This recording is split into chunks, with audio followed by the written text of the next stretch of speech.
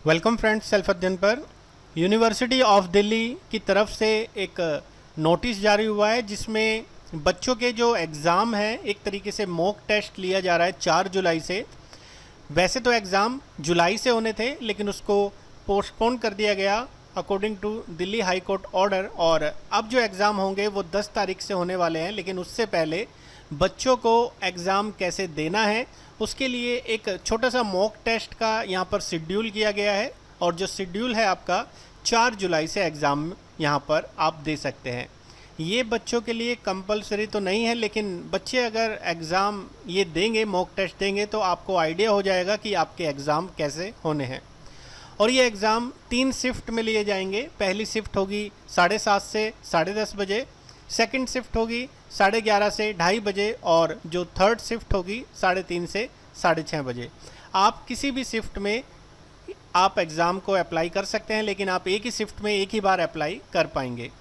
तो अगर आप 7:30 बजे अप्लाई करते हैं तो आपको मॉर्निंग में जो डैशबोर्ड है आपका एसओएल की वेबसाइट पर, वहाँ से अपनी डिटेल्स लॉगिन करने के बाद आपको वो लिंक प्रोवाइड होगा डाउनलोड बटन का, जिसके आपको आंसर्स A4 शीट पर लिखने हैं। प्लेन पेपर जिस पे नॉर्मली आप देखते हैं, आप फ़ोटो स्टेट वगैरह कराते हैं, वो पेपर आप A4 का इस्तेमाल कर सकते हैं अपने आंसर देने के लिए। और इसके लिए आपको वही 3 घंटे का टाइम तो दिया जा रहा है, उसके अंदर आधा घंटा जो आपका होगा वो नोट्स डाउनलोड करने के लिए, एग्ज़ाम पेपर डाउनलोड करने के लिए। उसके बाद 2 घंटे का समय आपका होगा लिखने के लिए। देन आपको जो आधा घंटा बाकी का दिया जाएगा अपने आंसर्स को अपलोड करने के लिए पोर्टल पर वापस से। तो इसी प्रोसेस का 3 घंटे का आपको टाइम दिया जाना है। तो जो एग्ज़ाम है 4 जुलाई, 5 जुलाई, 6, 7 और 8 इन शिफ्ट में आपको एग्ज़ाम अप्लाई कर सकते हैं। एक मॉक टेस्ट है और सभी बच्चों को ये मॉक टेस्ट देने चाहिए, जिससे आपको थोड़ा ओपन बुक एग्ज़ाम का यहाँ पर आइडिया हो जाएगा। तो ये नोटिस के बाद कुछ आपके गाइड भी हैं स्टेप बाय स्टेप कि आपको किस तरीके से अप्लाई करना है, आपके लिए कन्वीनियंस होगा। ये PDF एसओएल की वेबसाइट पर भी अपलोड है, वहाँ से भी आप इसको रीड आउट कर सकते हैं। मैं आपको थोड़ा सा जस्ट फटाफट से बता देता हूँ कि आपको क्या क्या चीज़ें ध्यान रखनी है। जैसा कि यहाँ पर क्लियर है कि आपके जो मॉक टेस्ट हैं 4 जुलाई से 8 जुलाई तक होने हैं। पहला स्टेप है 1 टाइम सेल्फ रजिस्ट्रेशन, यानी कि आपके लिए आपको अपना roll number, date of birth, आपका एग्जामिनेशन रोल नंबर जो आपके दिया गया है, ईमेल आईडी और मोबाइल नंबर के साथ आपको लॉगिन करना है। इसके बाद आपको एक जस्ट OTP आएगा आपके मोबाइल नंबर और रजिस्टर्ड जो आपने किया हुआ है ईमेल आईडी पर। अगर आपने ये चीज़ें अपडेट नहीं की तो पोर्टल पर जाकर आप अपडेट कर सकते हैं, जिसके बाद आपको कोई दिक्कत नहीं होगी।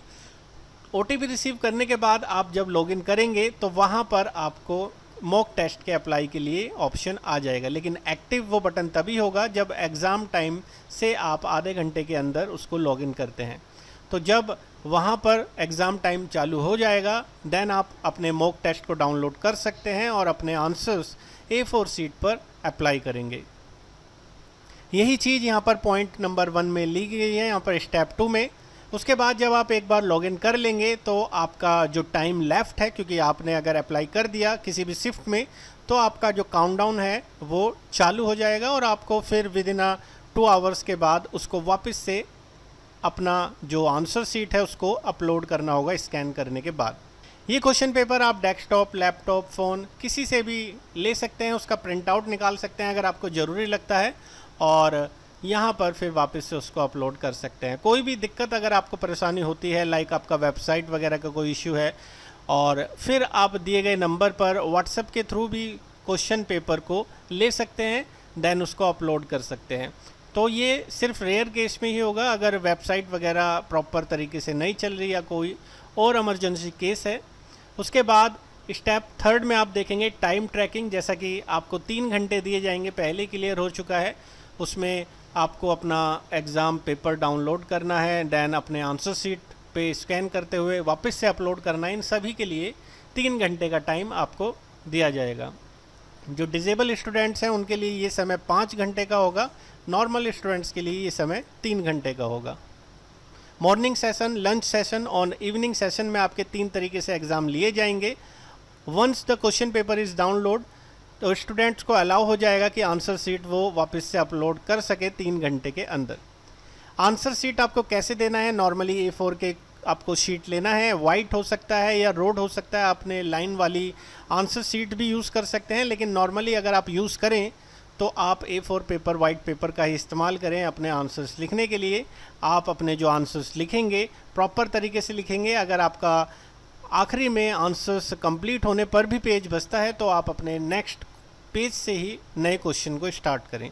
तो ये सभी चीज़ें आपको ध्यान रखनी है, अपलोडिंग का ध्यान रखना है, जो चीज़ें मैंने आपको बताई कि आपके आंसर्स आपको कैसे लिखने हैं। और एक बार जब आप अपने आंसर्स को अपलोड कर देंगे तो फिर आपको वहाँ पर चेंजेस करने के लिए, वहाँ पर फाइनल सबमिट अगर आप कर देंगे तो फिर अपने आंसर्स आप चेंज नहीं कर पाएंगे। ये सभी चीज़ें आपको PDF फॉर्मेट में करके भेजने हैं। तो नॉर्मली बहुत सारी ऐप्स हैं, या कैसे आप PDF बनाएं, अगर आप नॉर्मली कंप्यूटर पे वर्क कर रहे हैं, अपलोड कर लिया है, तो वो भी मैं आपको अभी जस्ट बताने वाला हूं कि आप अपने आंसर शीट को PDF में कैसे बनाएंगे।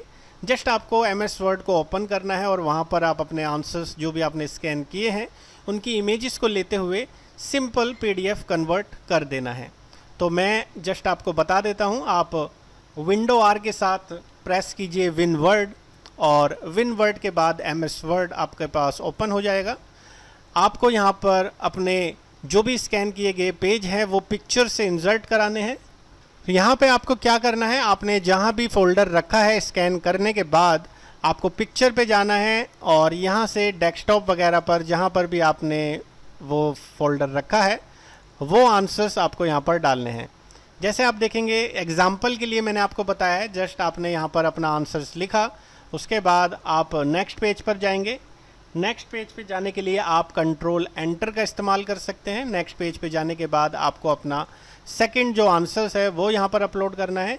ये प्रोसेस आपको करना है, कंट्रोल एंटर से नेक्स्ट पेज पे आपको जाना है। एग्जाम्पल के लिए मैं 3 पेज यहाँ पर ऐड कर दिए हैं और इनका मुझे PDF बनाना है। आपको जस्ट क्या करना है, F12 की दबाना है। F12 की दबाने के बाद आप डेस्कटॉप पर ही जहाँ पर आपने आंसर्स रखे हैं वो फोल्डर के अंदर सेव एज टाइप आपको बदलना है। जस्ट क्या रख देना है, PDF। जैसे ही आप PDF रखेंगे और उसे कर देंगे सेव, आपकी यहाँ पर PDF बन चुकी है। बिल्कुल सबसे इजी तरीका है PDF बनाने का।